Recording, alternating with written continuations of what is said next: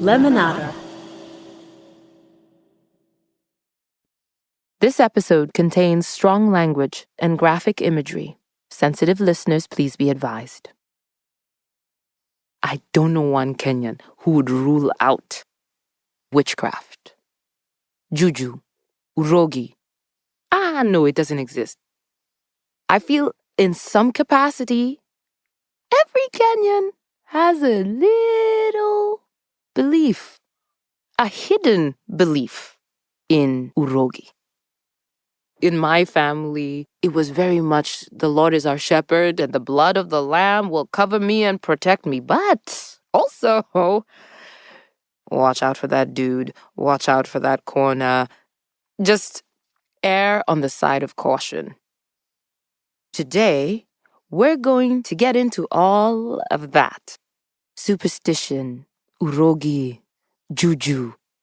We're crossing into the shadow side. I'm Lupita Nyong'o, and this is Mind Your Own. I took off from Accra, Smara, Nairobi, Kinshasa, in Cape Town, and Dakar I go. I landed in Atlanta, Bahia, and Stockholm, and London, but you make it feel like a home. There's a custom flow, make your own. That go that feeling I know. There's a custom to make your own. They come and follow us home. It's the life I saw, make your own. Mind your own. It's the cat we grow, make your own. Mind your own. When I was in year 7, I was hanging out in our field at school. I'd finished my activities and I was waiting for the late bus. Me and my friends were gathered at the edge of the playing field. We were lying on the ground. We were chatting amongst ourselves, just kicking it. And there was a group of boys, I think they were like in year 5, running around the field. But for some reason, they decided to run in our area. They were running around us, and one of the boys decided to jump over my legs. And I was like so shocked because that is such a bad thing to do in my culture. There's a superstitious belief that if you jump over someone's legs, you stunt their growth and you could make them barren. The way you undo it is he has to jump over you again. So I'm like, come back here, jump over me. Why could you do that? So he comes, he jumps over me, and now he's giggling. I'm like, you shouldn't be jumping over us. There's a whole field. Go play elsewhere. Me and my friends are huffing and puffing, like, why are they doing this to us? Shame on them. They were so irritated, these small boys, you know? And then I decide, okay, if he does it again, man, I'm going to have a word with him. He does it again. All my protests are falling on deaf ears. I swear to God, next time this boy comes my way, I'm going to trip him. I'm just going to kick my leg up casually, the way I have been doing, and trip him. So, I get back into conversation, but now my attention is fully on these boys. I'm pretending to engage in this gossip session, but no, I am like listening to the pitter-patter of these boys' feet, waiting for them to approach.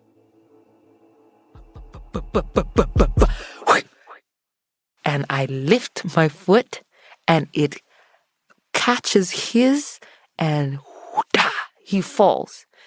Yes, did it. But just as soon as I've rejoiced, I recognize, almost like in retrospect, that the fall didn't sound right. It was a and so I'm like, wait, what? I get up. All my friends get up. We're looking at the boy. He sits up, cradling his hand, and he goes, ow. And he looks down at his arm. I look down at his arm, and I see that where it's supposed to be brown, there is something white jutting out And no sooner have I seen that white thing jutting out, gluk, gluk, gluk, gluk, gluk, of blood. His hand is facing the wrong direction. And then he starts to scream. I'm about to be in a lot of trouble. I broke someone's arm. I don't know what to do. There is panic all around me. My friends have run to call the receptionist. The teachers have shown up. In no time, there's an ambulance there. I just wanted him to trip and maybe have a little graze on his elbow. That's it. A little whoops. I didn't want him to end up in hospital.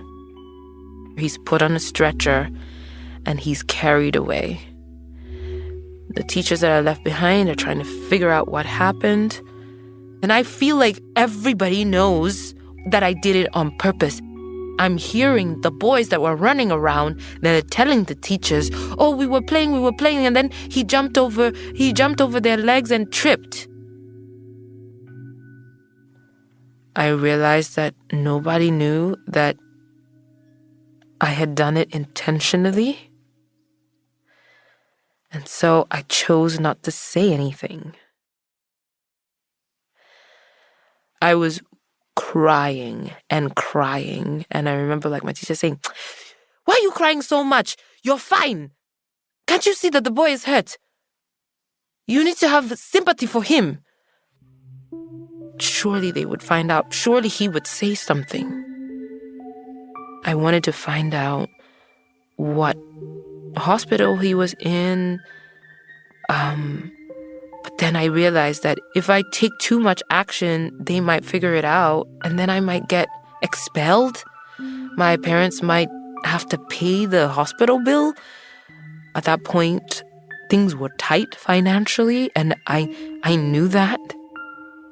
He was out of school for a while, maybe a week or two. We were asked to write him a get well soon card, and so I signed the card. And I was just so sure that when he got better and came back to school, he would come for me. When I heard he was back, that day, I didn't hear anything my teacher said in those first sessions of class, man. Because all I could think about was I'm going to see him. I'm going to run into him at recess. He was going to point a finger at me and yell at the top of his voice, "It's her fault. It's her fault. It's her who did it." It was break time, and very unceremoniously, he just passed me by. He had one hell of a cast on. He saw me. He said, "Hi." I said, "Hi." And he just went on. It was like he didn't even recognize me. He didn't equate me to his accident at all. At first I was perplexed, because here I was, and I saw his face every night. And so to see him so unburdened by me was really quite surprising.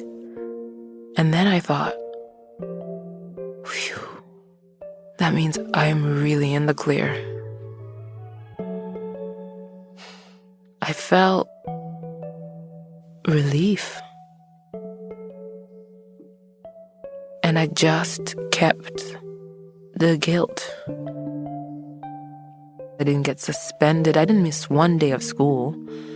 And I didn't get socially condemned. If I didn't tell this story, nobody'd know. But I would. So, what constitutes getting away with it?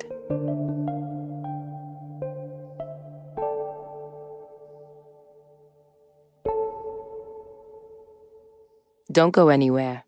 More Mind Your Own after this quick break. This show is sponsored by BetterHelp. As the back-to-school season arrives, it brings the perfect moment for fresh starts, not just for students, but for everyone. This time of year invites us to rediscover our interests, embrace new challenges, and reignite our sense of curiosity. Whether you're looking to try a new hobby, dive deeper into a subject you've always been curious about, or simply find joy in learning again, now is the ideal time to reconnect with what excites you. However, finding that spark can sometimes feel overwhelming, and that's where BetterHelp comes in. Their network of licensed therapists is here to help you explore your passions, navigate any obstacles, and rediscover the excitement of personal growth. I believe in the power of therapy for real. It's transformed my life and so many people I know. I've come to appreciate that with the right therapist, you can navigate just about anything. If you've been considering therapy, BetterHelp offers a flexible online solution that works around your schedule. The process is simple. Complete a short questionnaire to get matched with a licensed therapist, and if needed, you can change therapists at any time with no additional fees. Why not take the first step today?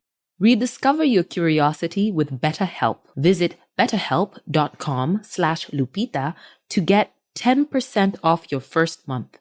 That's BetterHelp, HELP.com/Lupita. Today's podcast is sponsored by MIDI Health. When you're a woman, it sometimes can feel like your body is a total mystery. There's so much less research that is done on the female body. And so often we're left without answers on issues that are plaguing us. This is true all our lives, but especially around perimenopause and menopause. Oftentimes, women start experiencing symptoms without even knowing that they're tied to hormonal changes.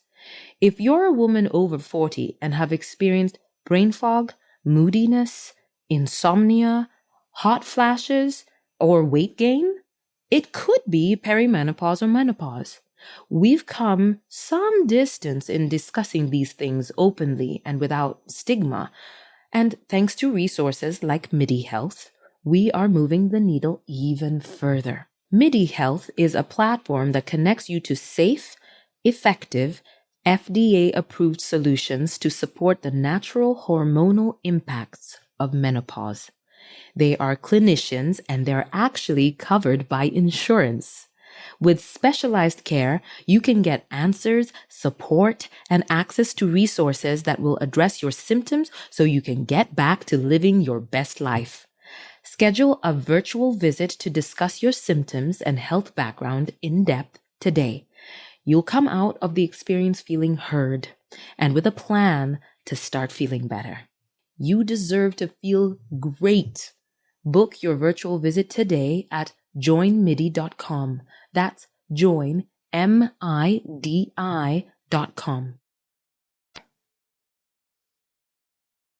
Welcome back. You're listening to Mind Your Own. At some point or another, we've all had a scheme. Maybe it's a gamble that you're sure is going to turn out in your favor. And it does. And it keeps working for you. It's almost too good to be true. Well, I can tell you with certainty that you have never heard a scheme quite like this one. Today on Mind Your Own, we're taking you to Kenya to meet John Kibera, the man who disturbed the dead. I hope you're listening. John Kibera knows a lot about the thief manual. So, unajua mwizi ana akili. You know, a thief is not wise. A thief's money is spent quickly, runs out quickly. When you are a thief, you have to be a hypocrite. You have just to pretend that you have no idea what is going on. Since age 11, crime was the only way he knew how to survive. He had been caught several times, served some time, and went back to robbing banks and carjacking. One day, it nearly cost him his life. We were at a place called Kawangware. We accosted this particular victim as they were driving into the compound.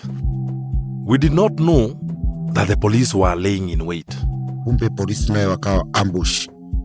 I heard the first gunshot, the second gunshot, and the third gunshot, and everyone scrambled. We had gone as a squad of 6 people. The police gunned down 2 of them. John made it out alive, but this was his last time doing armed robbery. He realized he wanted to find a better, safer hustle. I really sat down and thought, what kind of crime would not bring me trouble with the police?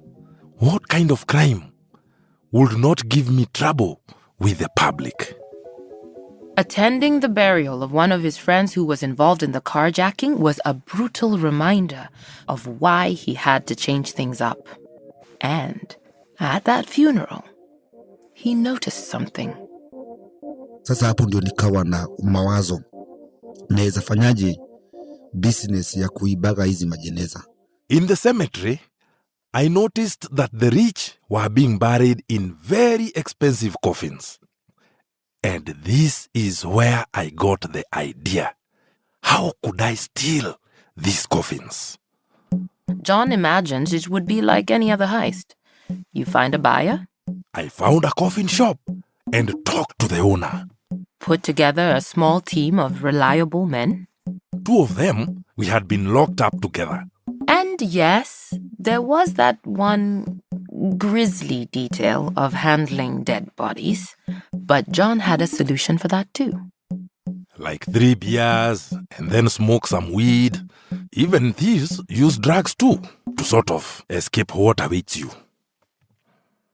All that was left was to do the job. Luckily, John knew a spot that was just 10 minutes away from where he lived in Nairobi. In January of the year 2000, John Kibera and his band of misfits headed to Langata Cemetery for their first heist. Langata Cemetery imegawanywa kwa mara 3. Langata Cemetery is divided into 3 sections. There's a section for burying the very wealthy, there's a section for burying the millionaires, and the last section is for burying the poor. They got there at 2 a.m., so there were no guards around to watch them sneak into the wealthiest section of the graveyard. They picked a grave at random and shoveled off the top layer of soil. Underneath was a concrete slab. The rich plaster the sides of the grave, and then they put the slab on top.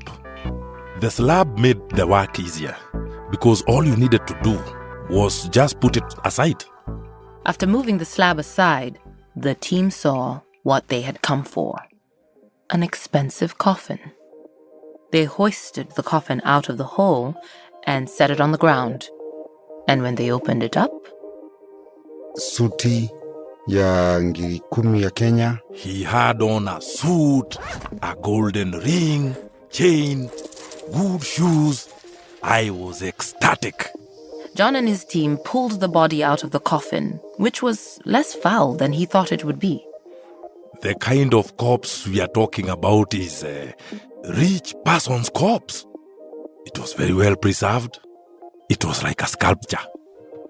Turns out, even in death, the wealthy sleep better than the poor. So, together with my team, we removed the suit, we removed the shoes, we removed the jewelry. Then we dumped the body back without any of the clothes or jewelry and without the coffin. They put the slab back so that people would not catch on. We were fulfilling the scriptures that say, Binadamu walikuja duniani bila kitu na atarudi bila kitu.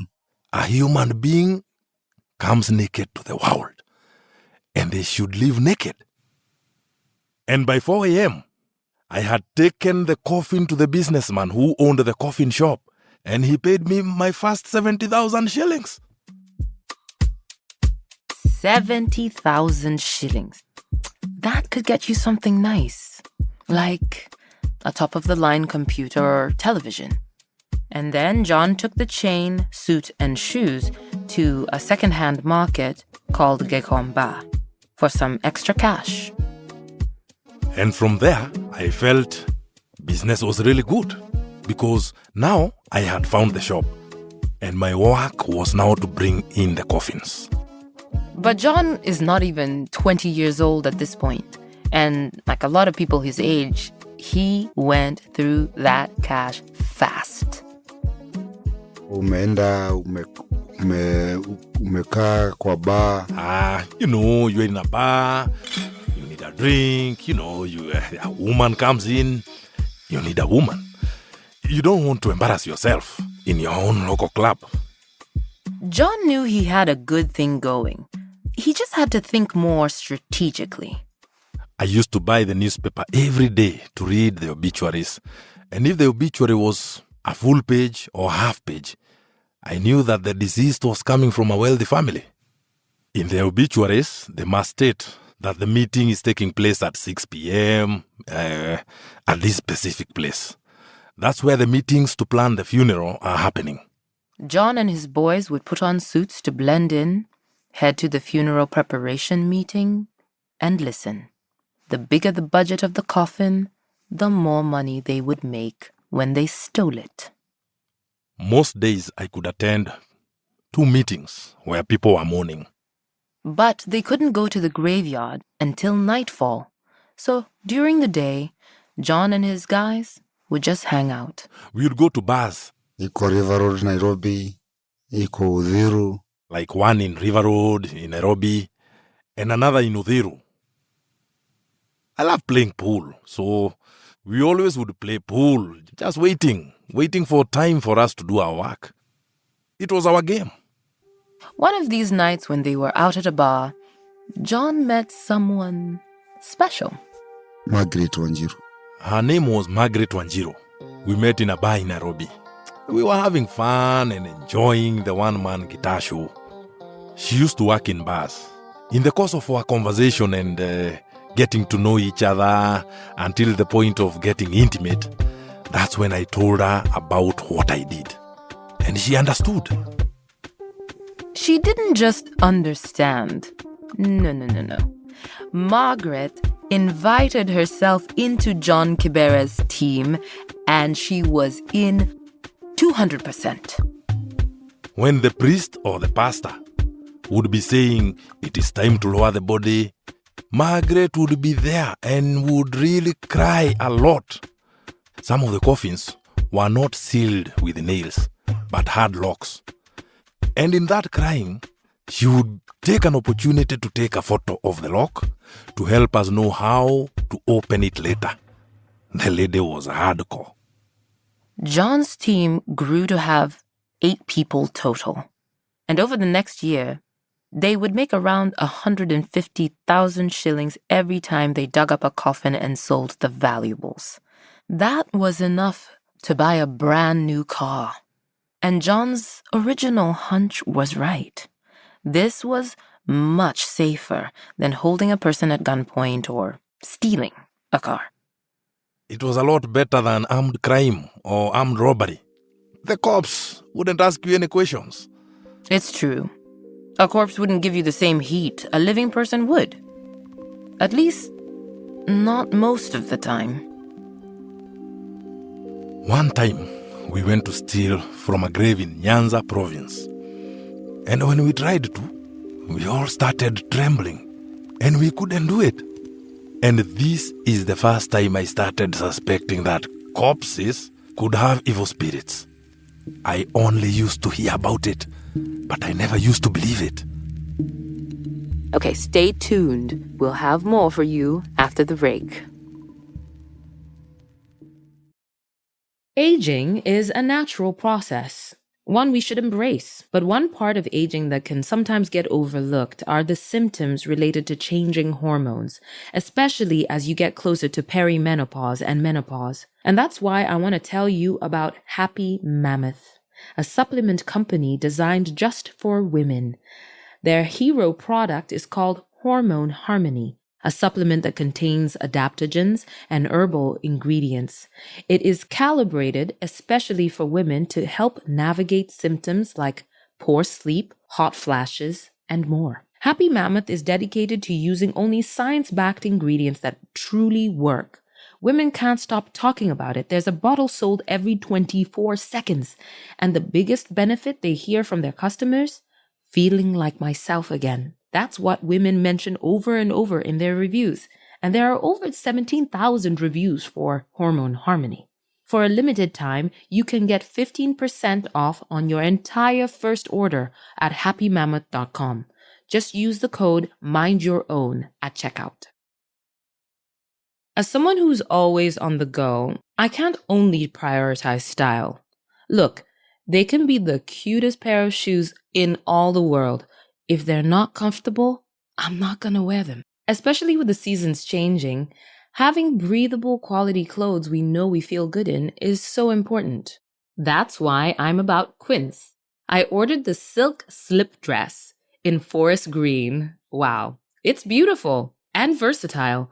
Truly the best of all worlds when it comes to that elevated everyday fashion. Quince is all about bringing luxury within reach and offering high quality essentials at prices that make sense. The silk slip dress, for example, is made from 100% mulberry silk, and it feels divine against the skin. Plus, Quince's commitment to sustainable and ethical practices means I can feel good about what I'm wearing. They work directly with manufacturers, cutting out the middleman and passing on those savings to all of us.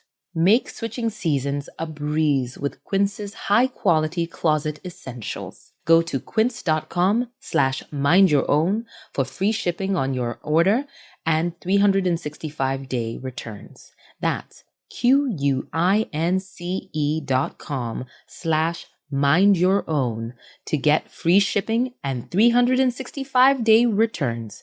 Quince.com/mindyourown.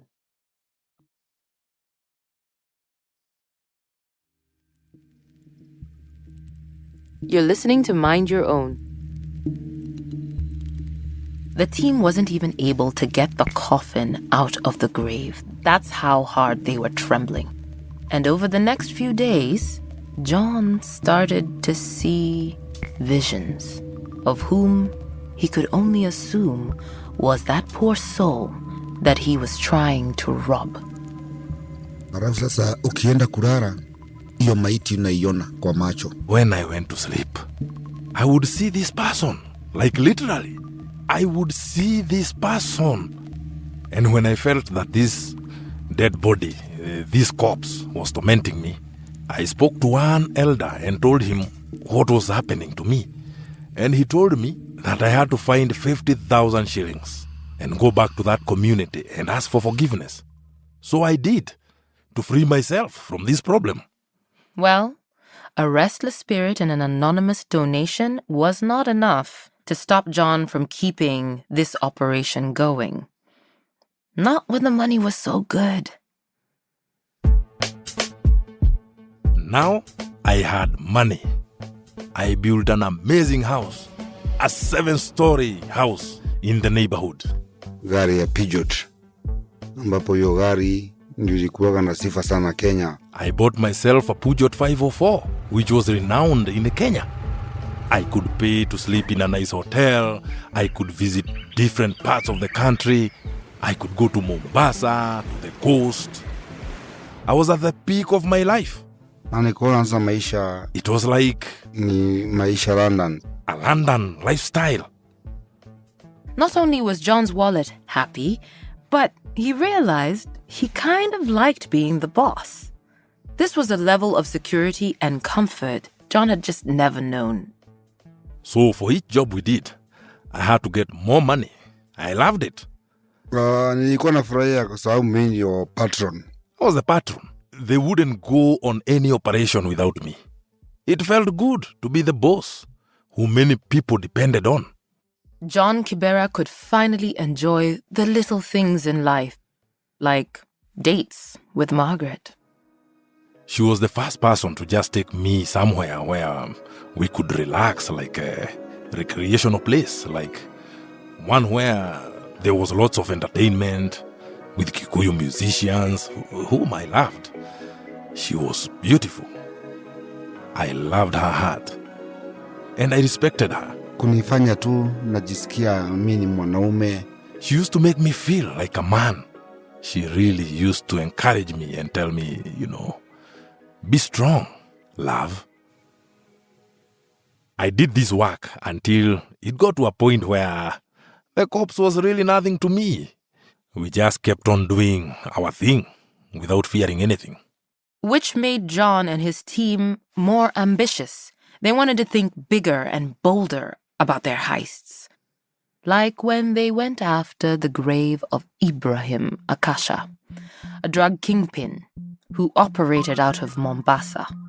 Iyo wizi ya Akasha? He was a drug lord in a coffin worth 1.2 million shillings. When he was shot and buried, we got the coffin.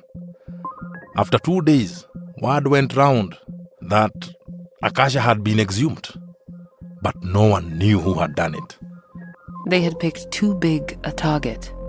News was starting to spread around Nairobi and other parts of Kenya that people were indeed stealing from graves. But the names and faces were still unknown. John and his associates continued to disturb the dead and tempt fate. Fearless, rich, and a little sloppy. Nakumbuka kulikuwa Saturday, mwendo wa saa 7:30 usiku. I remember it was a Saturday, around 1:30 a.m. Kuna siku tulitoaga jeneza mahali panaitwa Githunguri. We had gone to steal a coffin at a place called Githuku. Everything had been going as planned. They found a grave, dug out the slab, but before they could get the coffin out, a local spotted them. Kelele na wakapiga mayowe na wakasema wezi wezi wezi wezi. And they started screaming, "Thieves! Thieves!" We ran away and they started chasing us. My 4 colleagues and I took off, and when we got to River Sagana, it was everyone for himself. At least I could swim. Tulitoroka. Mimi mwenyewe nilisaidiwa na kwa kuingia kwa mto Sagana. I jumped into River Sagana and I swam for about 500 meters. I got out of the river and onto the road. John hailed down a vegetable truck that gave him a lift back to town. He rented a hotel room and tried to lay low for the night.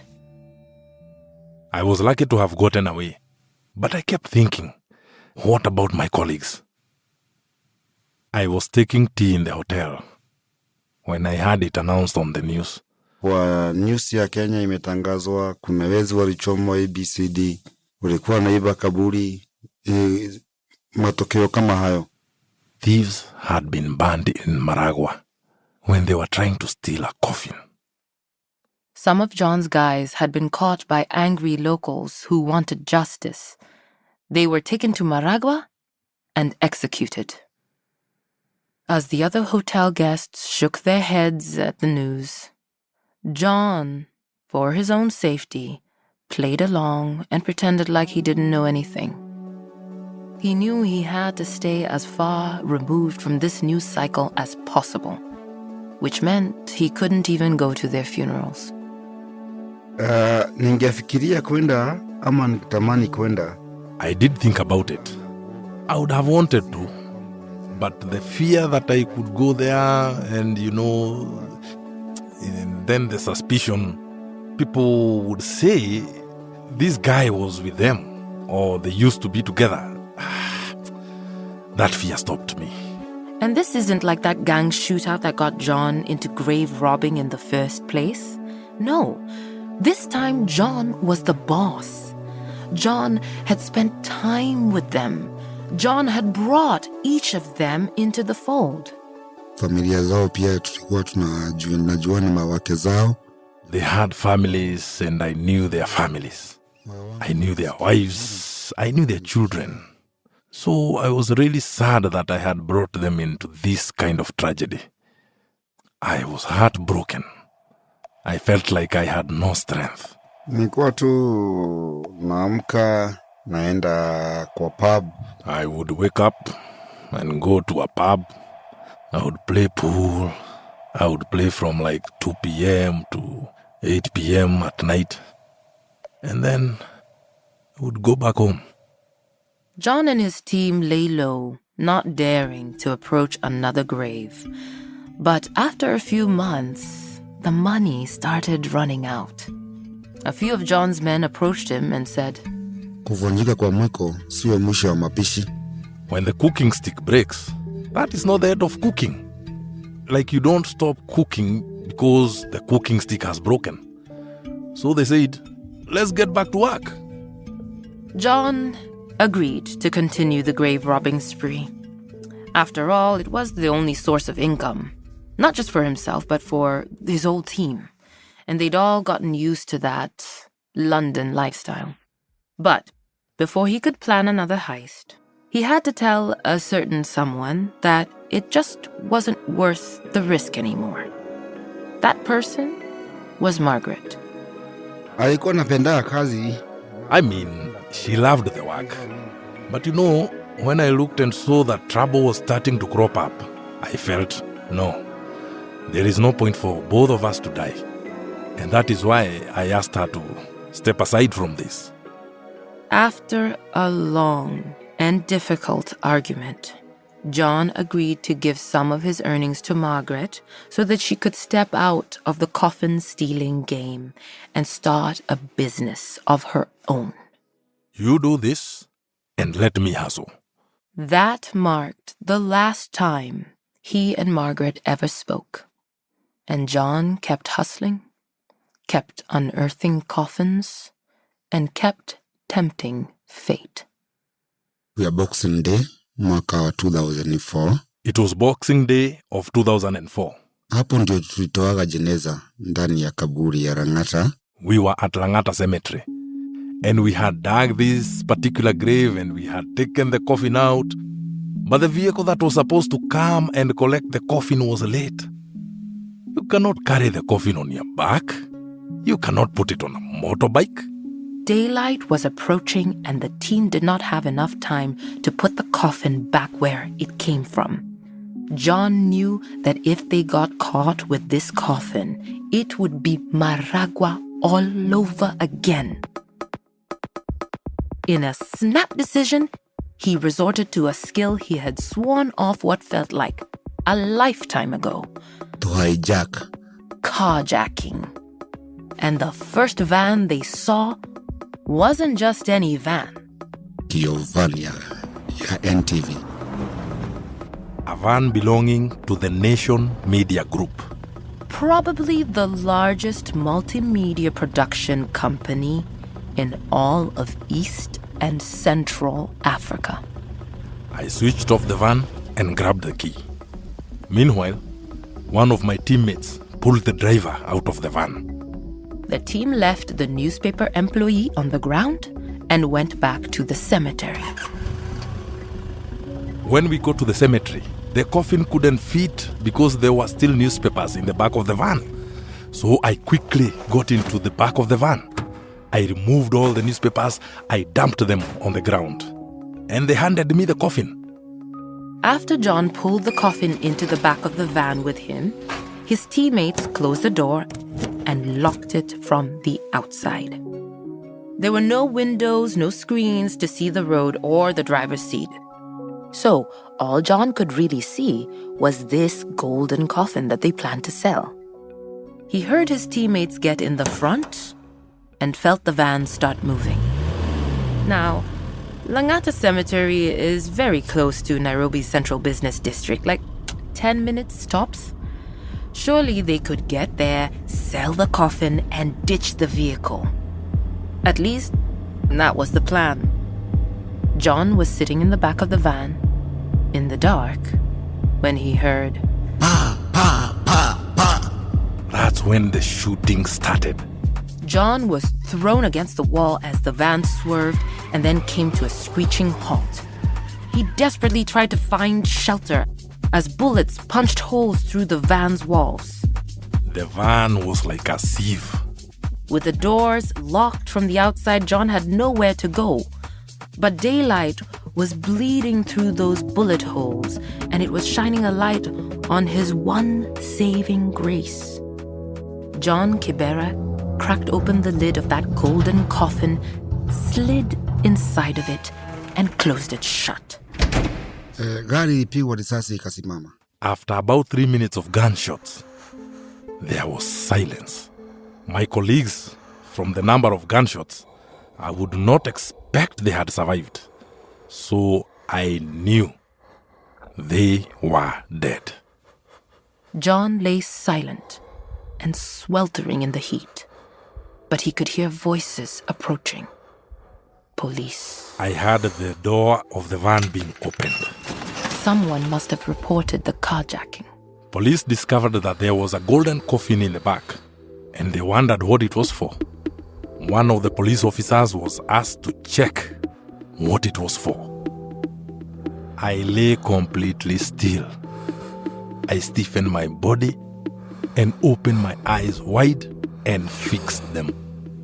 In that panic, I cut off a piece of cotton wool from the side of the coffin, and I put it in my mouth so I would look truly dead. And I just prayed for God to save me any way he could. When the police officer opened the coffin, we saw each other face to face.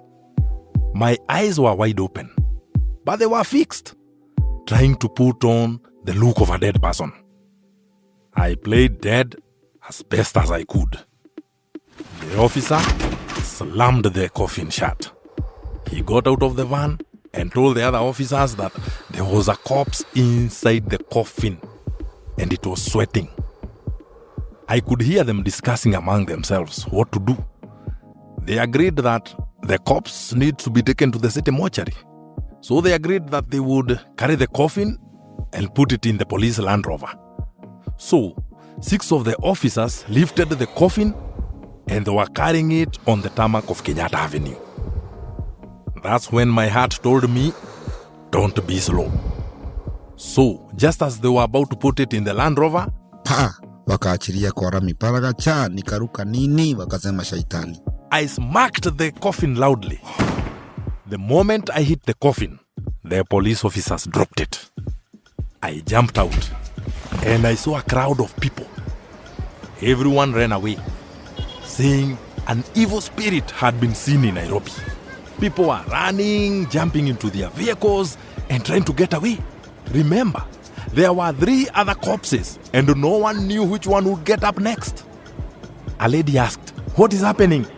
And I'm the one who answered, "Can't you see a corpse is running?"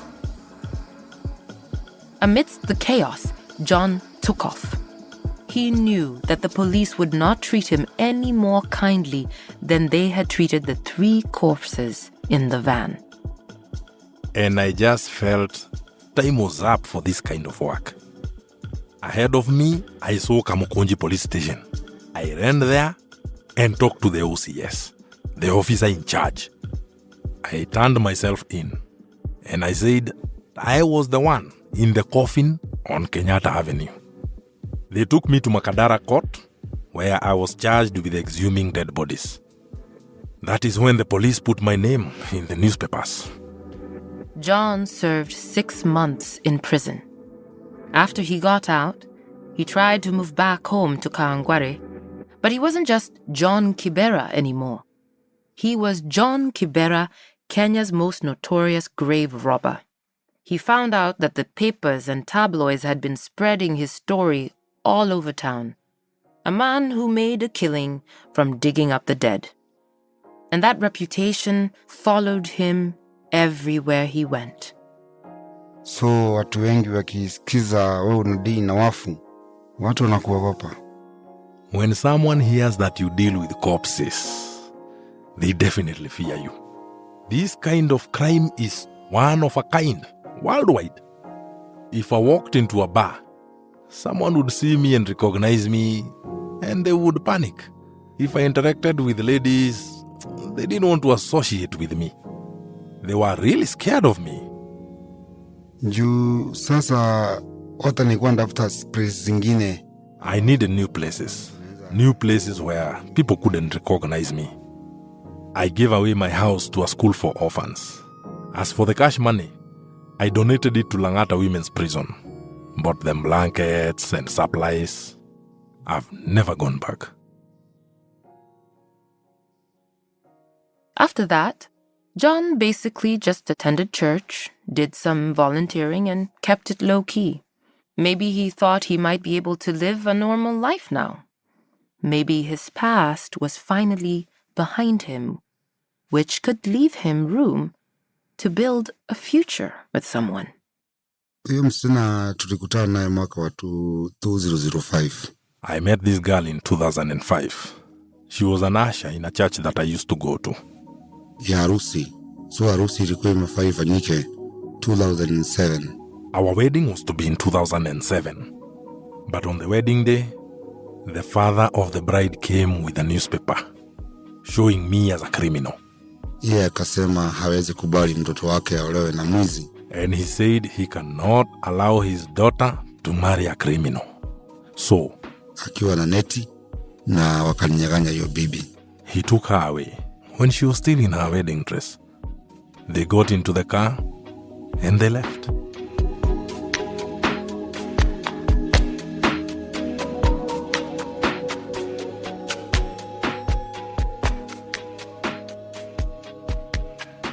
John Kibera, thank you so much for telling us your story.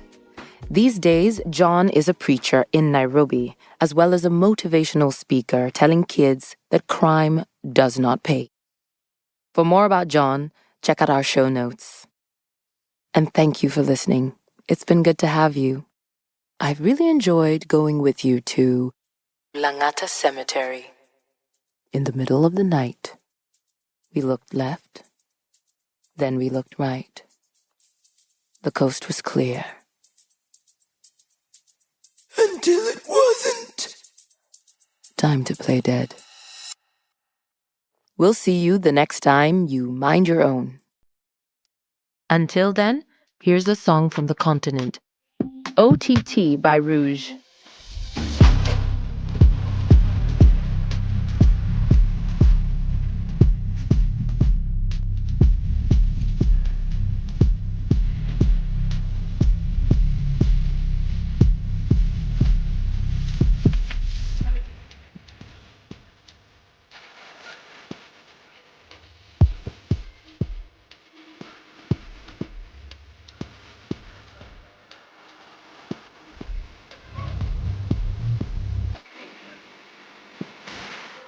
Mind Your Own is hosted and produced by me, Lupita Nyong'o. This is a production of Snap Studios at KQED, with sales and distribution by Lemonada Media. The executive producers are Glenn Washington and Mark Ristich. Our managing editor is Regina Bediaco. Our director of production is Marissa Dodge. Original music in my story, Comeuppance, was by Clay Xavier. The story Graveyard Shift was produced by David Exumé. Translation by Salome Nduku. Voiceover by Ndungi Githuku. Original music by Lalin Juste and Sam Law. Special thanks to our fixer, Michael Kaloki. Our Mind Your Own producers are David Exumé and Priscilla Alabi. Our story scouts are Ashley Okwosa, Fiona Nyong'o, Jessica Carissa, and Lesedi Olukomoche. Our editors are Nancy Lopez and Anna Sussman. Our story consultant is John Facile. Engineering by Miles Lassie. Our music supervisor is Sandra Lawson Ndu, also known as Sandu Ndu. She also created the Mind Your Own theme song with Peach Curls, featuring vocals from Ehiyorobo. Graphic design by Jemima Eke.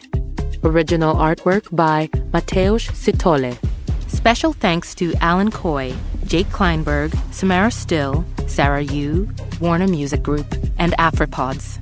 Make sure to follow Mind Your Own and listen on Apple Podcasts, Spotify, Amazon Music, or wherever you get your podcasts. There's even more to love with Lemonada Premium. Subscribers get exclusive access to bonus content from across the network for only $4.99 a month. Subscribe now on Apple Podcasts. Now, go out, get together, and mind your own bodies.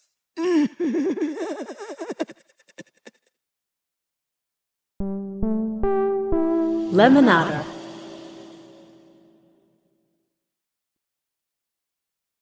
This is Mind Your Own, a storytelling show navigating what it means to belong, all from the African perspective. And I'm your host, Lupita Nyong'o. Mind your own. That's a phrase I've heard used throughout the continent. It's both an admonition and an invitation. It's mind your own business, like deal with what you're dealing with, But it's also like mind your own people. Find them, take care of them. So when I think about that phrase, for me, this podcast is about me minding my business, and my business is African stories. I grew up surrounded by African stories.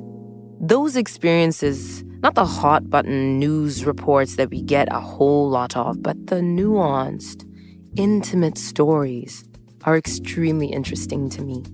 I want to help share them and tell a few of my own. And it is a way for me as a homesick person to feel more at home.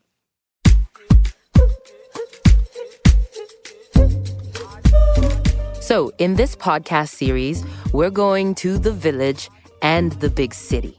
We're going to sneak into a cemetery, hop onto a stunt plane, hit the red carpet at the Academy Awards, and maybe make an escape in a getaway car.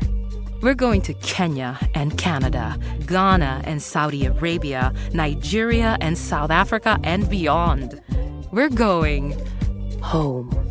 I took off from Accra, Smara, Nairobi, Kinshasa, in Cape Town, and Dakar, go. I landed in Atlanta, Bahia, and Stockholm, and London, but you make it feel like a home. There's a custom flow, mind your own. That got that feeling, I know. There's a custom tune, mind your own. Make come and follow us home. It's the life I saw, mind your own. Mind your own. It's the cat we grow, mind your own. Mind your own.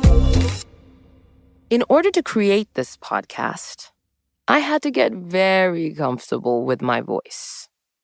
I'm like fixing my voice, trying to find that perfect radio voice. Welcome to The Sundowner, live from New York City. Today, a little bit of jazz as the sun goes down.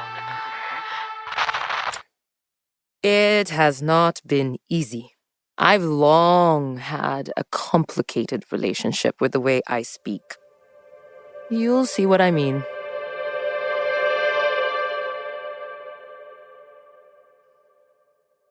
While I was in undergrad, I held on to my Kenyan accent for dear life. I had seen so many Kenyans not even get off the plane and all of a sudden they have an American accent, I would eat tater tots, that's okay, but I would hold on to my accent.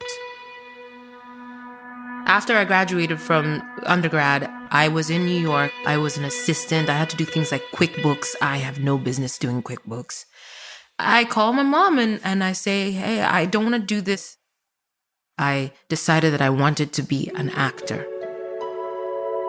When I showed up at the Yale School of Drama, I made this pact with myself that I would learn how to sound American in a way that would guarantee me a career in acting.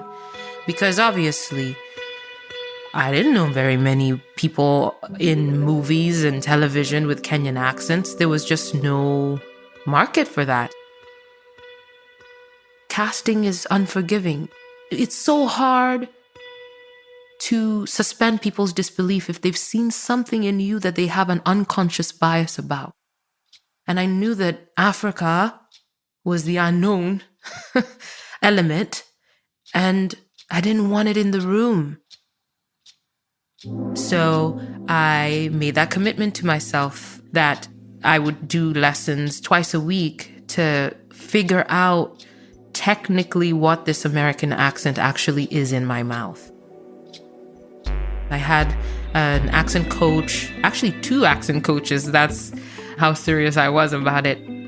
There were just these sounds that were hellish, like the word CAN''T. As a Kenyan, I would say that as can't, and Americans say can't. And oh my God, just like sound, can't. And it just sounded so off. Couldn't. That's very American. Couldn't. Because I said couldn't. And so what it was is that the Kenyan accent is you pronounce everything. It's there for pronouncing. So pronounce it. One of the main ways that I could test how well I was doing with my accent was automated voice messages. Hello, this call may be Like, when you call your phone service provider or something. For billing, press 1. For billing, press 1 or say billing. for press and say. And so I'm practicing my American accent, so I'm going to choose to say the things. And I want to see how far I can get. And so sometimes I got far, other times I gave up. My classmates always loved my accent. We were rehearsing a play. We had an assignment, a group of us, maybe 5 actors. We were devising a show together. And one of my classmates, she's giving an idea of how we should move. She says, okay, so how about you guys come over here and then we can form a curly Q and then we can go back and then we can start the scene. I didn't fully understand what she meant. I raised my hand and said, you spoke of a curly Q. What is that? And everybody burst out laughing. In that moment, everyone was so tickled because of my choice of words. Like, you spoke of a curly Q. I guess that's not very American. Oh God, I still have work to do. The hardest was calling home. Hi, Mommy. How are you? It was very uncomfortable for me to do that. It was just, it felt like a shirt that just didn't fit, An itchy shirt that didn't fit. And I was so afraid to let go of the exercise because I knew that it was in repetition that it would stay. And the idea was to stick to an American accent until it became second nature so that I could reach for it whenever I wanted it.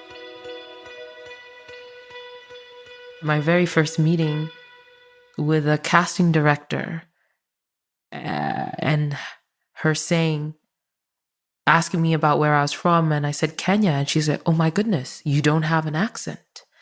And I was at once so elated and also so crushed.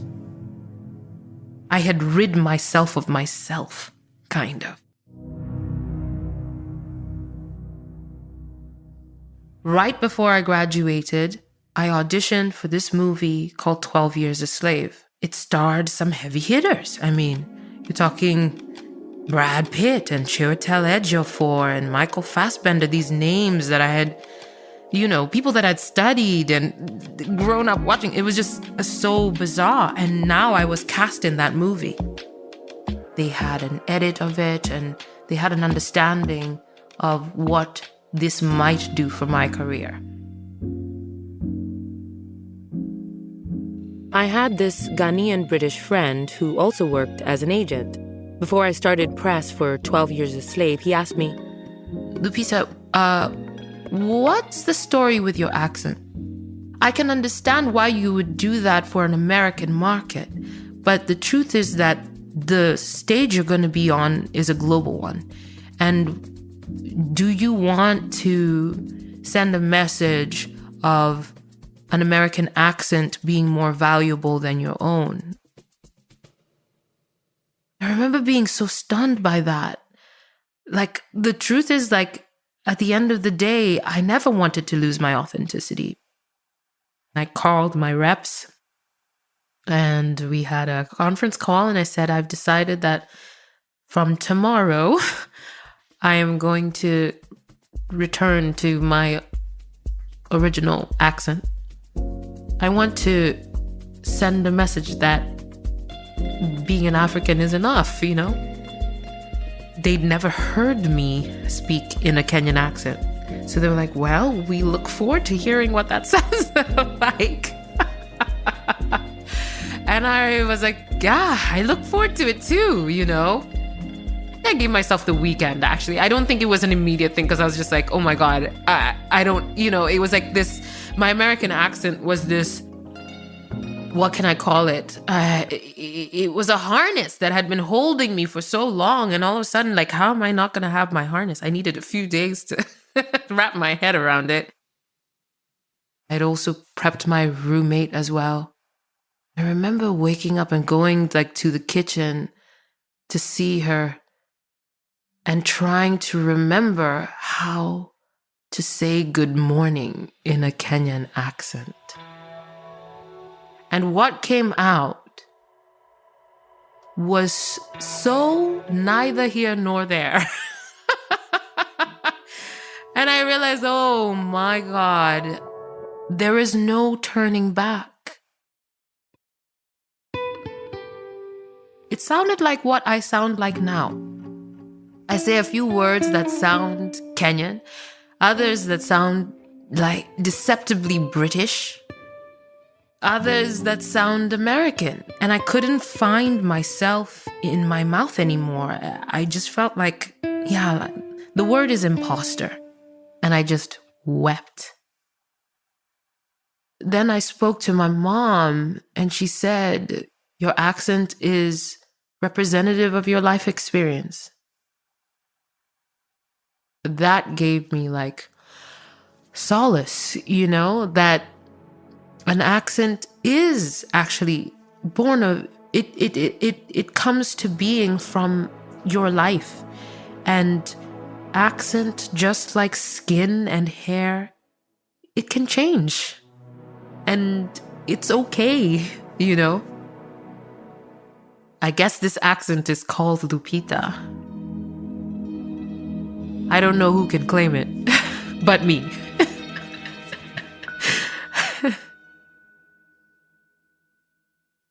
We'll be back in a quick second. Stay tuned. This show is sponsored by BetterHelp. As the back-to-school season arrives, it brings the perfect moment for fresh starts, not just for students, but for everyone. This time of year invites us to rediscover our interests, embrace new challenges, and reignite our sense of curiosity. Whether you're looking to try a new hobby, dive deeper into a subject you've always been curious about, or simply find joy in learning again, now is the ideal time to reconnect with what excites you. However, finding that spark can sometimes feel overwhelming, and that's where BetterHelp comes in. Their network of licensed therapists is here to help you explore your passions, navigate any obstacles, and rediscover the excitement of personal growth. I believe in the power of therapy for real. It's transformed my life and so many people I know. I've come to appreciate that with the right therapist, you can navigate just about anything. If you've been considering therapy, BetterHelp offers a flexible online solution that works around your schedule. The process is simple. Complete a short questionnaire to get matched with a licensed therapist, and if needed, you can change therapists at any time with no additional fees. Why not take the first step today? Rediscover your curiosity with BetterHelp. Visit betterhelp.com/Lupita to get 10% off your first month. That's BetterHelp, HELP.com/Lupita. Today's podcast is sponsored by MIDI Health. When you're a woman, it sometimes can feel like your body is a total mystery. There's so much less research that is done on the female body. And so often we're left without answers on issues that are plaguing us. This is true all our lives, but especially around perimenopause and menopause. Oftentimes, women start experiencing symptoms without even knowing that they're tied to hormonal changes. If you're a woman over 40 and have experienced brain fog, moodiness, insomnia, hot flashes, or weight gain, it could be perimenopause or menopause. We've come some distance in discussing these things openly and without stigma, and thanks to resources like MIDI Health, we are moving the needle even further. MIDI Health is a platform that connects you to safe, effective, FDA-approved solutions to support the natural hormonal impacts of menopause. They are clinicians and they're actually covered by insurance. With specialized care, you can get answers, support, and access to resources that will address your symptoms so you can get back to living your best life. Schedule a virtual visit to discuss your symptoms and health background in depth today.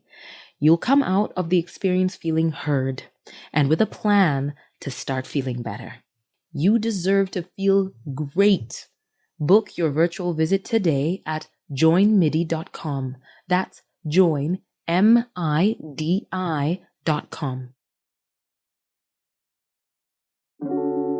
Welcome back. You're listening to Mind Your Own.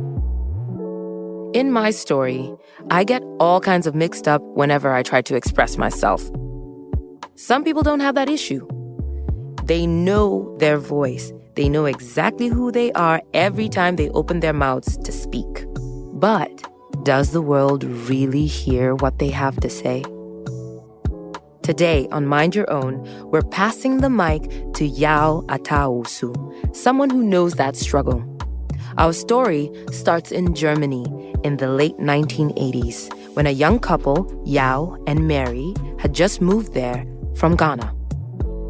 I hope you're listening.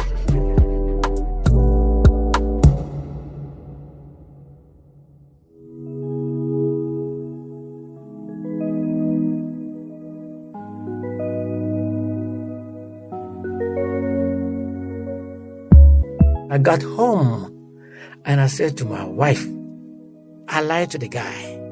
I don't know what happened to me. I've lied to somebody and I'm still thinking about it. I shouldn't have, but I don't know what I did. This was a guy Yao met at the post office, of all places. Yao was in line sending a letter back home to Ghana when this man just came up to him from nowhere and said, "Are you a musician?" I looked at his face and I said, I played the drums because that was the only thing that could come to mind. And he said, oh yeah, I'm looking for a drummer. So I told my wife that I was going to use the dining table as my drum set.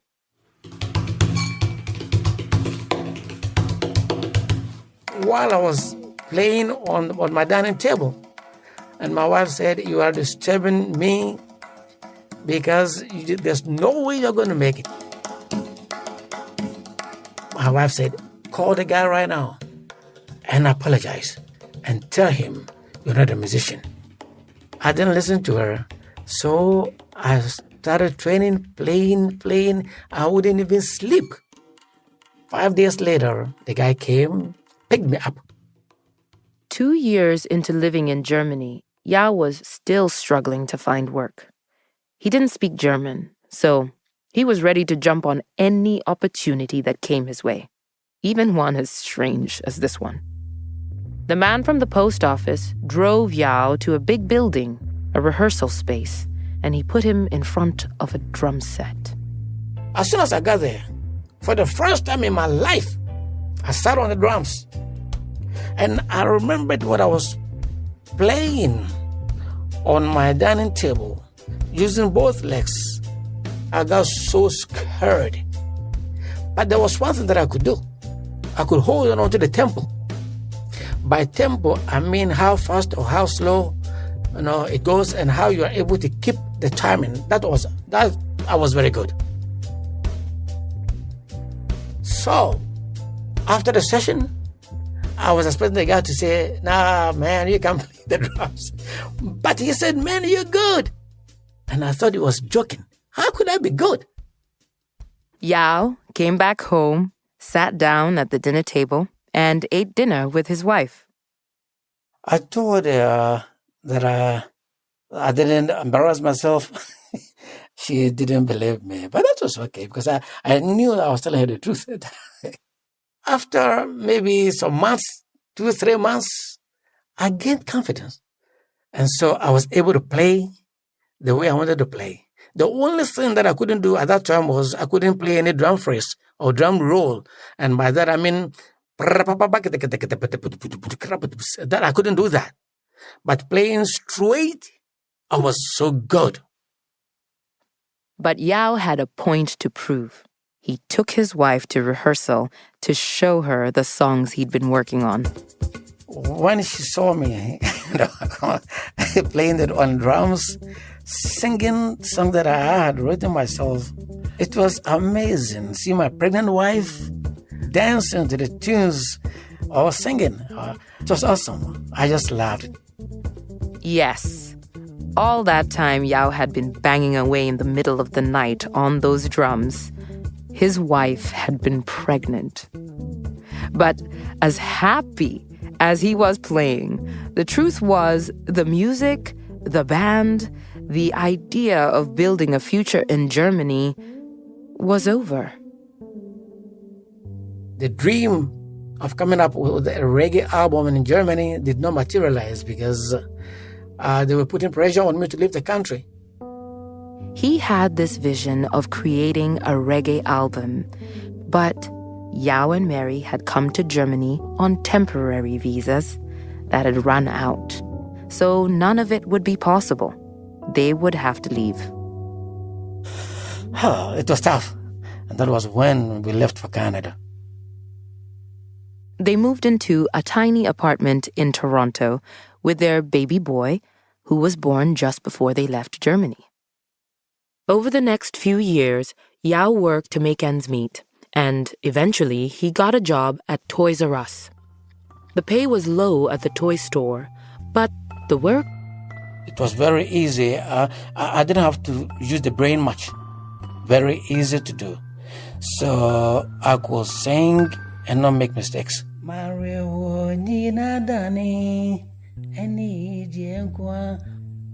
got the opportunity to work on my songs because every time I was working, I could sing loud. It was okay for everybody. They even they enjoyed it. So the day I didn't sing, they would come and say, hey, come on, we want to hear some songs. Then I'll be singing.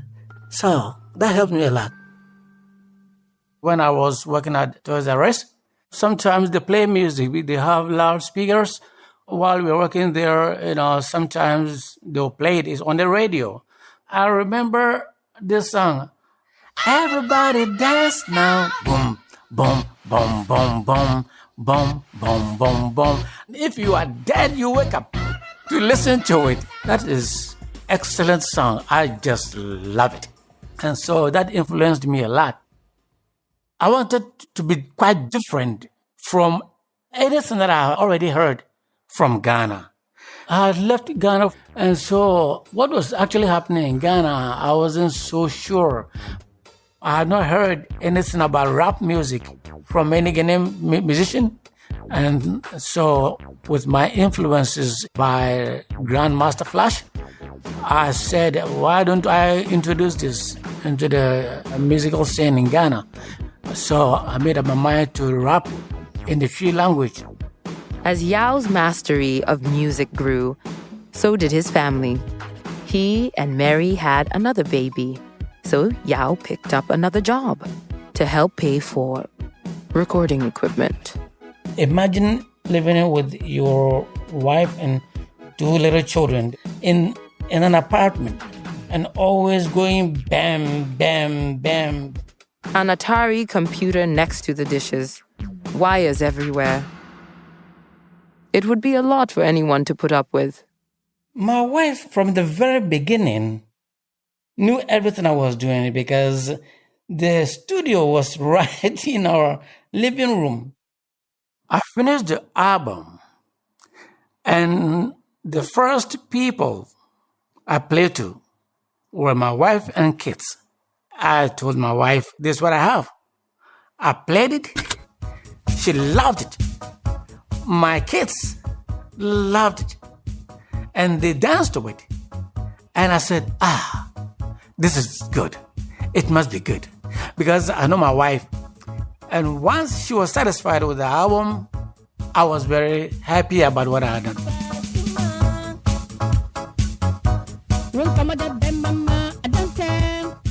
So when I played to some Ghanaians, there were those who said, oh, it's good. They appreciated it. Oh, this is good. But you look at their faces and you can read from their faces that it's not good. It doesn't sound good to them.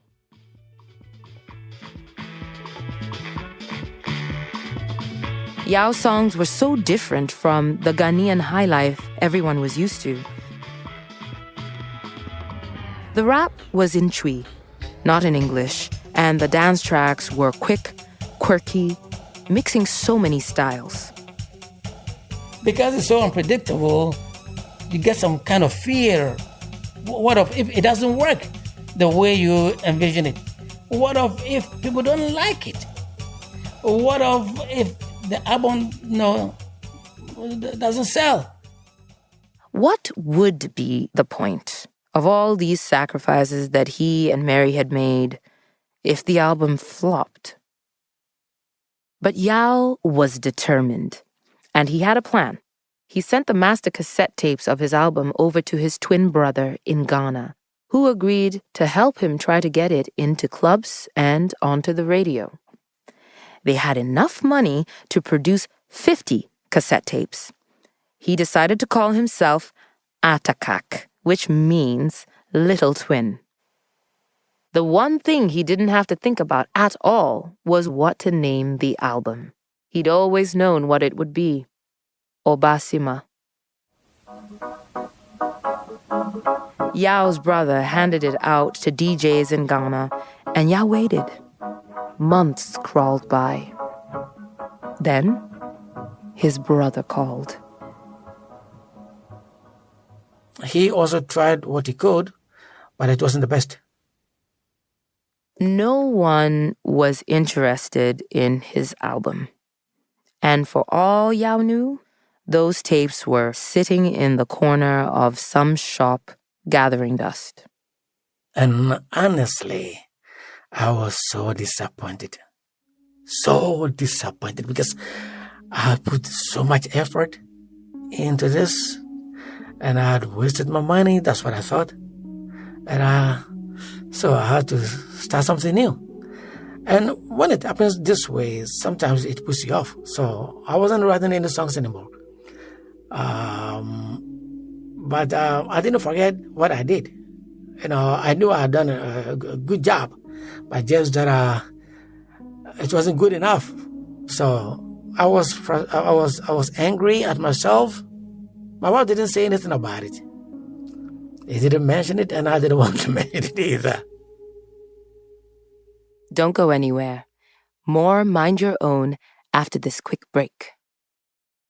Aging is a natural process, one we should embrace. But one part of aging that can sometimes get overlooked are the symptoms related to changing hormones, especially as you get closer to perimenopause and menopause. And that's why I want to tell you about Happy Mammoth, a supplement company designed just for women. Their hero product is called Hormone Harmony, a supplement that contains adaptogens and herbal ingredients. It is calibrated especially for women to help navigate symptoms like poor sleep, hot flashes, and more. Happy Mammoth is dedicated to using only science-backed ingredients that truly work. Women can't stop talking about it. There's a bottle sold every 24 seconds. And the biggest benefit they hear from their customers? Feeling like myself again. That's what women mention over and over in their reviews. And there are over 17,000 reviews for Hormone Harmony. For a limited time, you can get 15% off on your entire first order at happymammoth.com. Just use the code MindYourOwn at checkout. As someone who's always on the go, I can't only prioritize style. Look, they can be the cutest pair of shoes in all the world. If they're not comfortable, I'm not gonna wear them. Especially with the seasons changing, having breathable quality clothes we know we feel good in is so important. That's why I'm about Quince. I ordered the silk slip dress in forest green. Wow, it's beautiful and versatile. Truly the best of all worlds when it comes to that elevated everyday fashion. Quince is all about bringing luxury within reach and offering high quality essentials at prices that make sense. The silk slip dress, for example, is made from 100% mulberry silk and it feels divine against the skin. Plus, Quince's commitment to sustainable and ethical practices means I can feel good about what I'm wearing. They work directly with manufacturers, cutting out the middleman and passing on those savings to all of us. Make switching seasons a breeze with Quince's high-quality closet essentials. Go to quince.com/mindyourown for free shipping on your order and 365-day returns. That's QUINCE.com/mindyourown to get free shipping and 365-day returns. Quince.com/mindyourown. You're listening to Mind Your Own. Where were we? Yao wasn't sure what to do next. Should he keep going with music? He tried to find a more stable job. And then, one day, after work, I went to church. I was playing the drums. We were just rehearsing. While I was there, I had a call from somebody that my wife had called. They asked her to come to the immigration for her papers. So she went there. And so I went to pick up the kids. And when I came home, they asked, "Where's mommy?" And I said, "Oh, mommy will come back." I lied to them. I went to the immigration and they said she had been deported. I was dumbfounded. And I wanted to hide from many people. So I tried to hide my feelings, my emotion. I was so downcast. Yao and Mary had separate asylum applications. So while Mary had been deported, Yao stayed behind in Canada. The kids, however, would have to go with their mother. It wasn't easy sending your kids to Ghana or having your wife in Ghana. It doesn't make you think straight. So I was working hard, working even on weekends, Saturdays especially, because all I needed was money.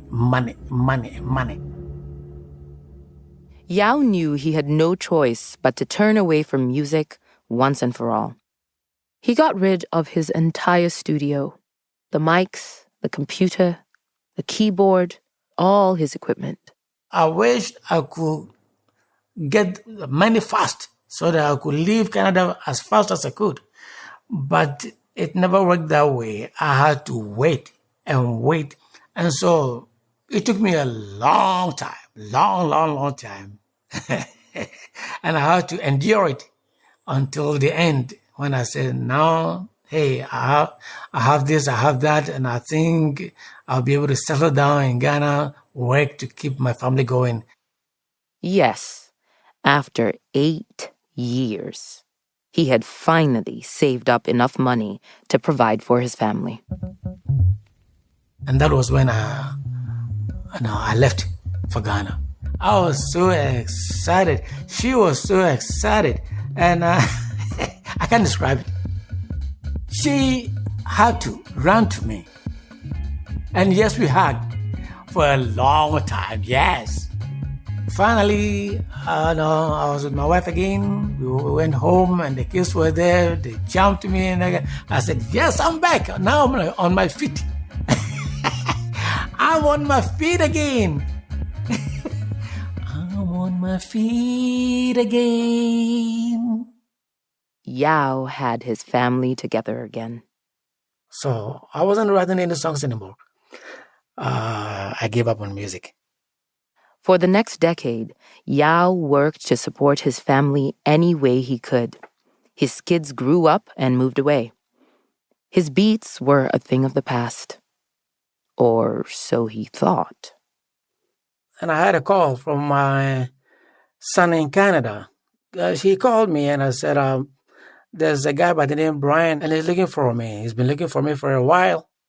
It was 2015, over 20 years since Yao created Obasima. His son gave Brian Yao's number. Brian called him up and said he'd uploaded Obasima to the net. And I was shocked because I never saw that somebody would put this on the net. And it was doing well on the net. Brian was an American indie record guy who found one of the last Obasima cassette tapes on a random roadside stand in Cape Coast. On the cover was a young Yao with his 90s haircut, black shades, popped denim collar, and a backwards cap. The words Atakak jumping out in retro 3D printing. Brian Shimkavich, came to Ghana and found the cassette, bought it, and loved it. Brian made a blog page and put Obasima out there on the internet. This time, people from all over the world connected to it. The old school beats, Yao rapping in Chui, the high life chorus, it all came together to make a certified underground hit.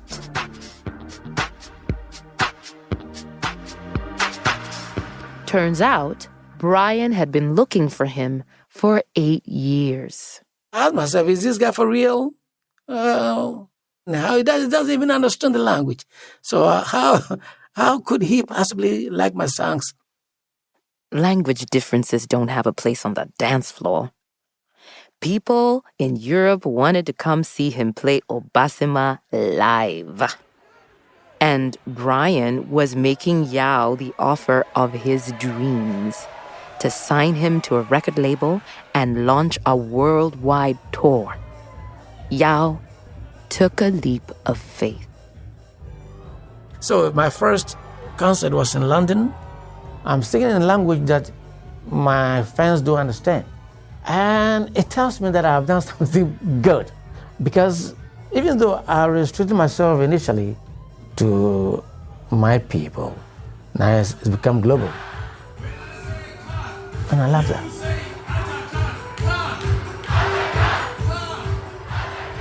Next stop, Berlin, Amsterdam, and eventually the US of A.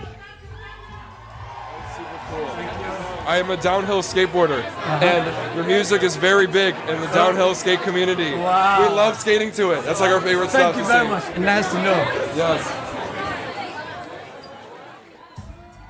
All those years ago, squeezed in between an Atari computer and a dining room table, Yao had performed for an audience of just 3. But now, hundreds were dancing along to his title track and ultimate inspiration. Even though Mary couldn't attend, Yao sang her praises every time because she is Obasima. So Obasima actually means an ideal woman. And I regard my wife as an ideal woman. I believe in loving somebody forever, not just for a while, not temporarily. When I'm in love with you, I'm in love with you forever. She's everything to me now, besides God. My wife is next. And she's taught me a lot of things. She's taught me about life. And so I sang about her love. That's what I wrote. About an ideal woman and what she does.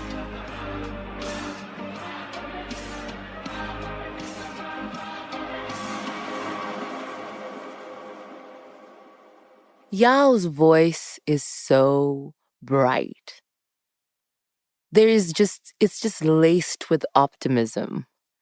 And when you hear the lengths he went to, first of all, to pass as a musician before he was one, and then to make his dream happen, it's all contained in his voice, his hope, his faith, his confidence.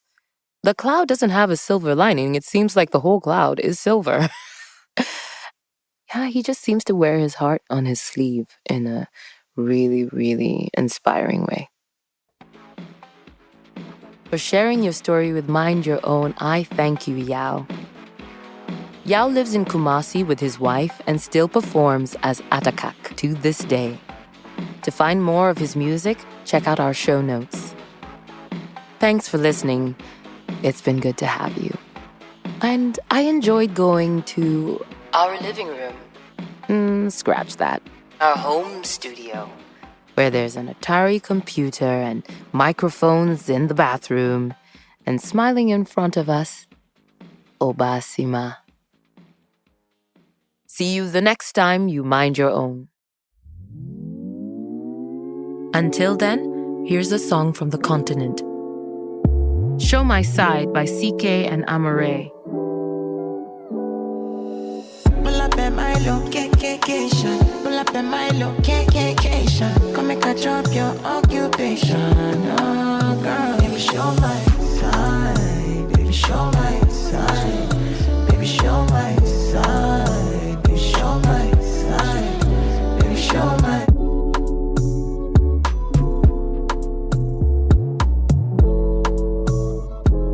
Mind Your Own is hosted and produced by me, Lupita Nyong'o. This is a production of Snap Studios at KQED, with sales and distribution by Lemonada Media. The executive producers are Glenn Washington and Mark Ristich. Our managing editor is Regina Bediaco. Our director of production is Marissa Dodge. Original music in my story, Losing My Accent, was by Ian Hughes Pelton, also known as Tofu Jack. The story, Obasima, was produced by Marissa Dodge and Regina Bediaco, with assistance from Bo Walsh. Original music by Clay Xavier.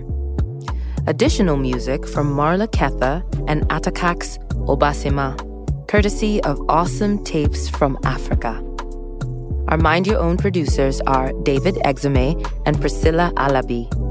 Our story scouts are Ashley Okwosa, Fiona Nyong'o, Jessica Carissa, and Lesedi Olukomoche. Our editors are Nancy Lopez and Anna Sussman. Our story consultant is John Facile. Engineering by Miles Lassie. Our music supervisor is Sandra Lawson Ndu, also known as Sandu Ndu. She also created the Mind Your Own theme song with Peach Curls, featuring vocals from Ehiyorobo. Graphic design by Jemima Eke. Original artwork by Mateusz Sitole. Special thanks to Alan Coy, Jake Kleinberg, Samara Still, Sarah Yu, Warner Music Group, and Afropods. Make sure to follow Mind Your Own and listen on Apple Podcasts, Spotify, Amazon Music, or wherever you get your podcasts. There's even more to love with Lemonada Premium. Subscribers get exclusive access to bonus content from across the network for only $4.99 a month. Subscribe now on Apple Podcasts. Now, go out, get together, and mind your own voice.